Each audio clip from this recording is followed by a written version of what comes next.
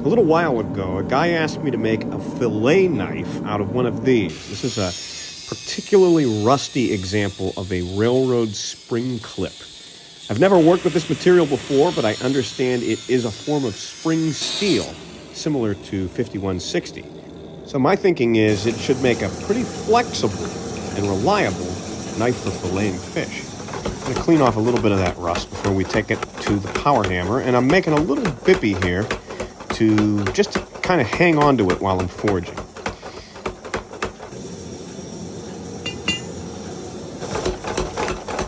It's a pretty tough, pretty thick piece of material, and my power hammer isn't exactly gigantic. So I'm going to help it along using this little bar of steel to kind of fuller it, make it look like a crinkle-cut potato chip. And that'll help move the material where I want it to go and get it kind of stretched out and thinned out a little bit faster than just going straight to the dies. All right, we're starting to get a flat billet now. And now it's time to say goodbye to that little bippy.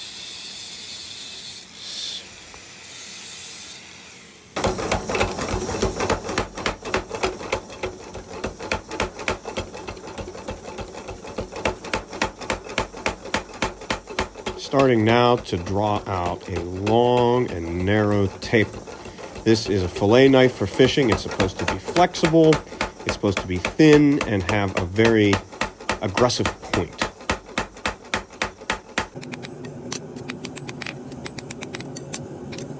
All right, she's good and straight. I've gone ahead and traced out a pattern, just a simple template for what my fillet knife is going to look like. And I take it over here to the bench grinders and get the rough profile established.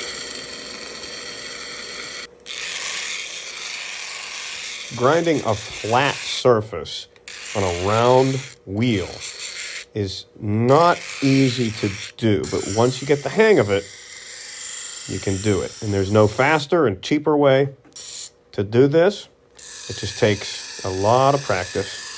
I'm going to grind a very stout, just the beginning of an edge bevel on there. Get things polished up just enough to knock a stamp in there, get the holes drilled and all that before we move along to our heat treatment process. I've skipped a couple steps here in the video, but basically I've just stamped it at this point, and now it's time to go into the oil for a quench.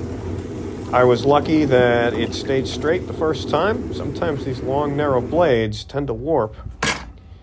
Into the oven for tempering. This will make it less brittle and less likely to break and more flexible. Back to that heavy stone to thin that edge bevel out a little bit. Now, it's important now that I don't grind too hard or I'll overheat the metal and I'll lose the temper. So making sure to keep it cool, I continue grinding at finer and finer grits until I have that thin, flexible fillet knife blade.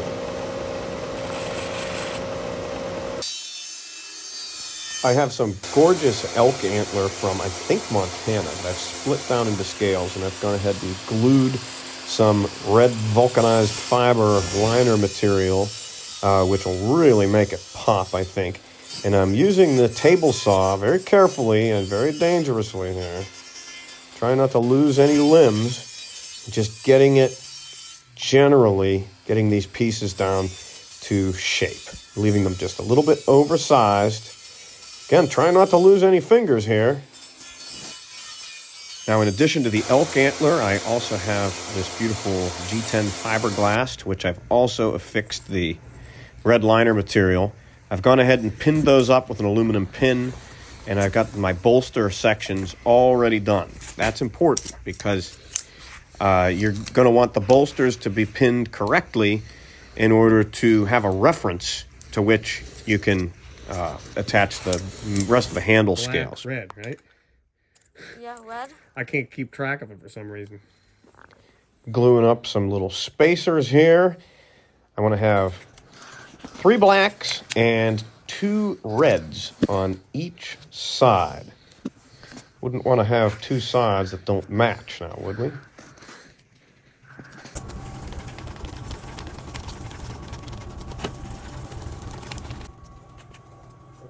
We have to trim that one down.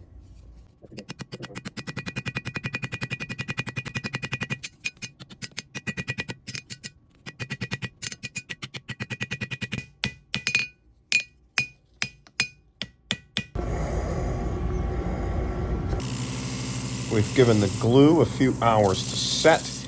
Now it's time to break it all down in the belts. We're going to go about 80 grit, 120 grit, 400 grit. Polish the blade a little bit while we're at it. Get that back up to where it needs to be. A little blue compound on a soft buffing wheel. That'll really make it pop.